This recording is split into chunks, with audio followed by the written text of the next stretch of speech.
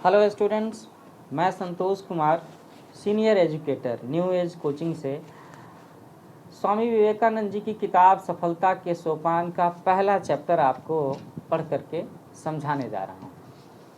तो बच्चों, पहले चैप्टर का नाम है विचार शक्ति। कहते हैं कि कार्य अवश्य अच्छा है, पर वह भी तो विचार या चिंतन से उत्पन्न होता है। शरीर के माध्यम से शक्ति की जो छोटी छोटी अभिव्यक्तियाँ होती हैं उन्हीं को तो कार्य कहते हैं। बिना विचार या चिंतन के कोई कार्य नहीं हो सकता। अतः मस्तिष्क को ऊंचे ऊंचे विचारों, ऊंचे ऊंचे आदर्शों से भर लो और उनको दिन रात मन के सम्मुख रखो।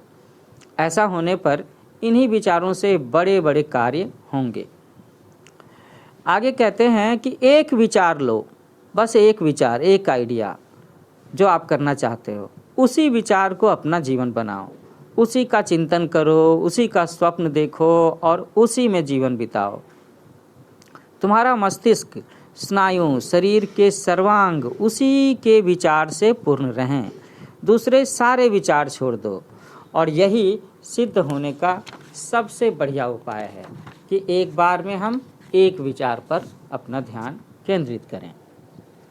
तीसरी बात, यदि तुम 5 ही भावों को पचा करके तदनुसार जीवन और चरित्र गठित कर सके तो तुम्हारी शिक्षा उस आदमी की अपेक्षा बहुत अधिक है जिसने पूरे पुस्तकालय को कंठस्थ कर रखा है। ये बहुत बड़ी बात है। एक पूरे पुस्तकालय को कंठस्थ करना, याद कर लेना मुश्किल बात है, चैलेंजिंग बात है ना। चौथी बात, विचार ही हमारी कार्य प्रवृत्ति का नियामक है। मन को सर्वोच्च विचारों से भर लो। दिन पर दिन यही सब भाव सुनते रहो। मास पर मास, महीने और महीने इसी का चिंतन करो। पहले पहल सफलता ना भी मिले पर कोई हानि नहीं। यह असफलता तो बिल्कुल स्वाभाविक है। शुरुआती स्टेज में गलतियां होंगी पर हम सीखेंगे भी तो सही। यही तो मानव जीवन का सौंदर्य है। इन असफलताओं के बिना जीवन क्या होता। यदि जीवन में इस असफलता को जय करने की, जीतने की चेष्टा न रहती तो जीवन धारण करने का कोई प्रयोजन ही न रह जाता। उसके न रहने पर जीवन का कवित्व कहाँ रहता। पांचवी बात, केवल सत्कार्य करते रहो। सर्वदा पवित्र चिंतन करो। अच्छी बातें सोचनी चाहिए। असत संस्कार रोकने का बस यही एक उपाय है ना। गलत संस्कार को रोकने का यही उपाय है कि आप अच्छे काम करो और पवित्र बातें सोचो।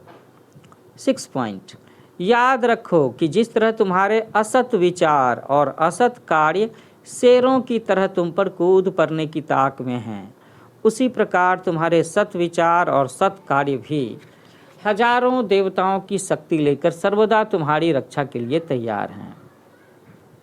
7 पॉइंट, बचपन से ही उनके मस्तिष्क में इस प्रकार के विचार प्रविष्ट हो जाएं जिससे उनकी यथार्थ सहायता हो सके, जो उनको सबल बना दें। किसे सबल बना दें? तो यहाँ पर विवेकानंद जी तुम बच्चों की बातें कर रहे हैं, तुम युवाओं की बातें कर रहे हैं, जिससे तुम्हारा कुछ यथार्थ हित हो।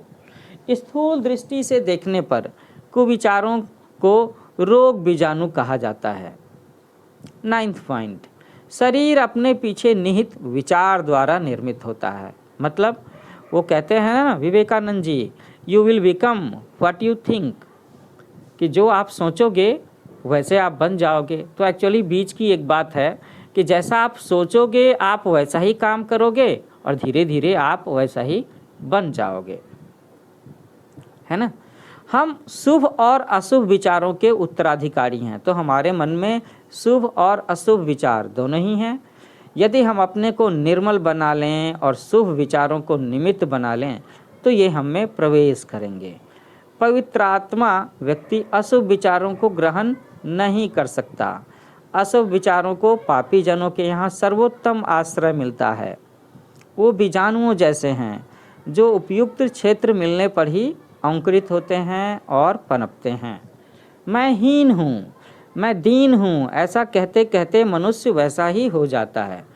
तो कई लोग समझाते हैं ना कि कभी भी हमें इस तरह की बातें नहीं कहनी चाहिए कि मैं कमज़ोर हूँ, मैं गरीब हूँ। आपके मन में ये बातें उठनी चाहिए कि मैं स्फूर्तिवान हूँ, मेरे अंदर में ताकत है, मेरे अंदर में शक्ति है, मैं बड़े काम कर सकता हूँ, मैं शक्तिमान बन सकता हूँ। तो अगर आप ऐसा सोचते हो, ऐसा दोहराते हो, तो आप धीरे धीरे इस दिशा में आगे बढ़ेंगे। तो इसके साथ में ही ये पहला चैप्टर खत्म होता है, जिसका नाम था विचार शक्ति। और ये विचार शक्ति सफलता के सोपान पुस्तक का पहला चैप्टर है। तो हम लोग जल्दी मिलते हैं दूसरे चैप्टर के साथ में, जिसका नाम है प्रार्थना।